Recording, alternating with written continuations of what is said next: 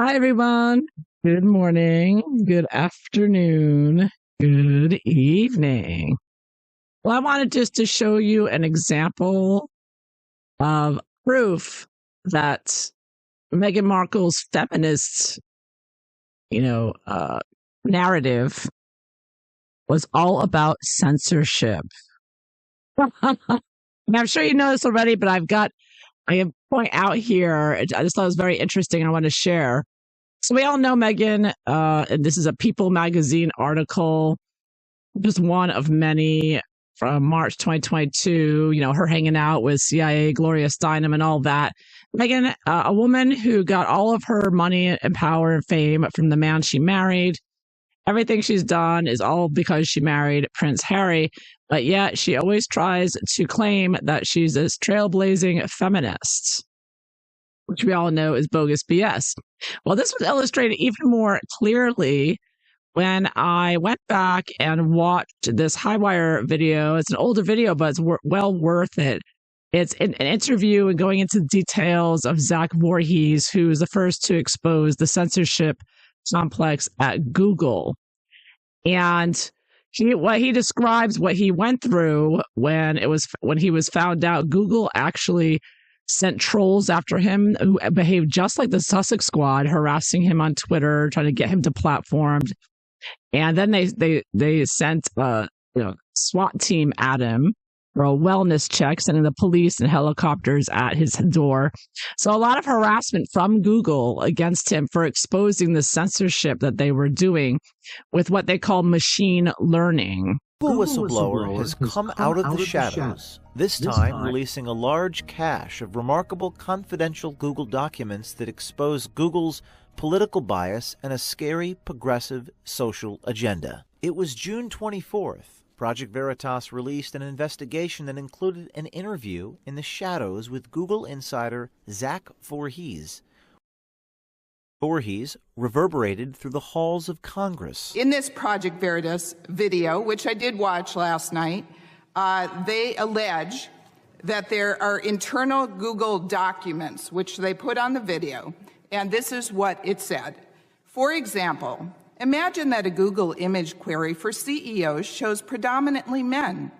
Even if it were a factually accurate representation of the world, it would be algorithmic unfairness. In some cases, it may be appropriate to take no action if the system accurately affects current reality, while in other cases, it may be desirable to consider how we might help society reach a more fair and equitable state via product intervention. So right there, they're describing this is how bad it is. Not only were they, and Google, by the way, owns YouTube. So this is all on YouTube as well. Not only are they censoring things they don't like, narratives they don't like that are, even if they're true, like the snake bites and everything else, which led to millions of deaths. But besides that, in my opinion, and I still, we all have to say allegedly, in my opinion, because of this. But not only that, what struck me was, even if you search, like she's describing, even if you do a search on something like CEOs, even if it's mostly men, they'll change it and add in women and whatever to make it more equitable. And this is exactly what Meghan and Harry were talking about with Sophia Noble and the algorithms. Remember when they covered that topic? This is part of it. Yeah, the algorithm suppression. Sophia Noble, who was on Netflix, and I believe also on the Aspen Institute, the censorship complex as well. This is what they're talking about. They want to change your searches to be more equitable, i.e. lying to you with the searches, to spread the message that they want you to get. So no matter what, it's not just watching YouTube videos about Harry and Meghan information or snake bites. It's anything you search, you're only going to get what they want you to see. And of course, censor, demote, deplatform, and shadow ban what they don't want you to see. They want to act as gatekeepers between the user and the content that they're trying to access. Here is another one of the documents that you leaked to us. This particular blacklist is showing which news sites aren't going to show up underneath the search bar when people are searching on their Android phones. For them to go under oath and say that these blacklists don't exist is hypocritical at the least, and it's perjury at the worst. In their YouTube division, now I don't know if you know that YouTube is completely owned by Google. They bought it out, but okay. YouTube is owned by Google, and so I got to work in one of the coolest projects. Okay, so I really highly recommend this to watch this interview. Eye-opening, and not only that.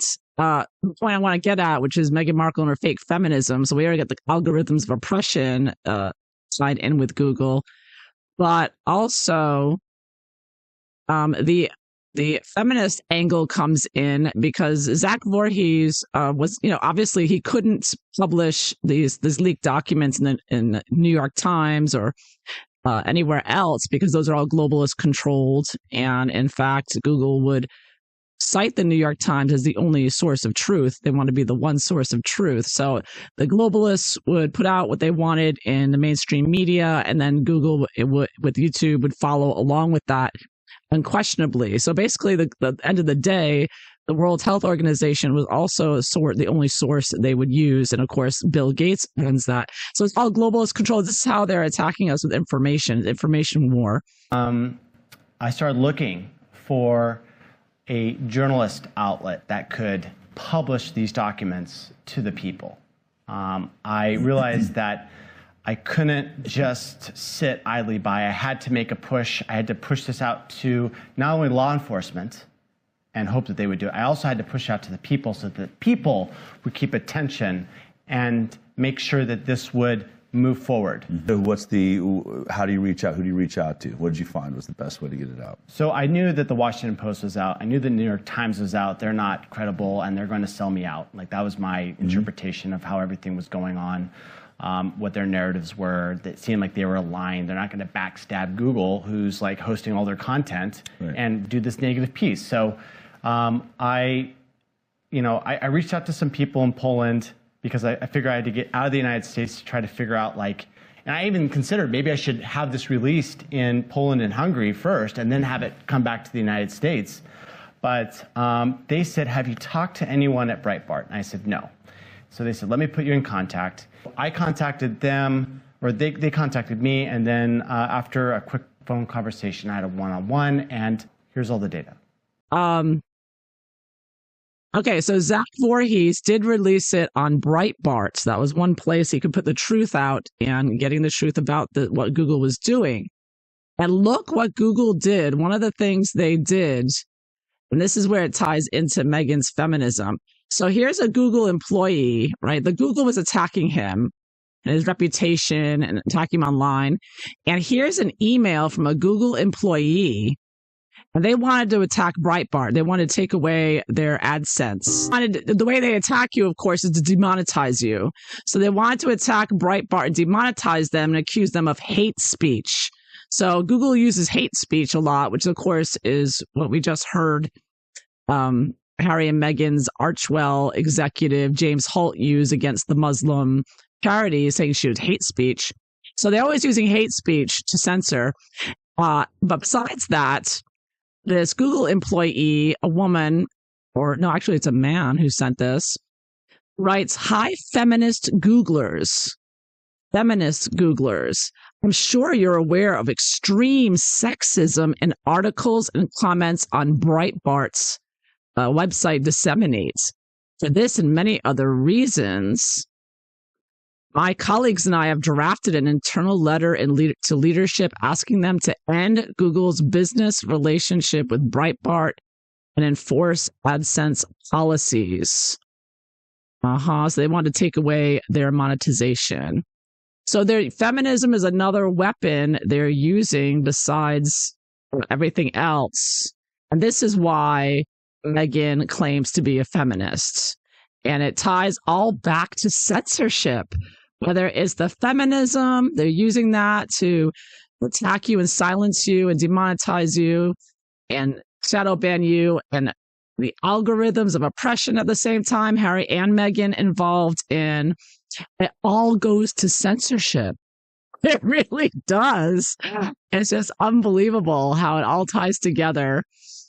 So I just thought I'd put that out there. I found it interesting. And again, I highly recommend the interview if you're interested. I think you find it interesting if you haven't already seen it. Anyways, that's all I wanted to say. I hope this all made sense. Thanks for watching.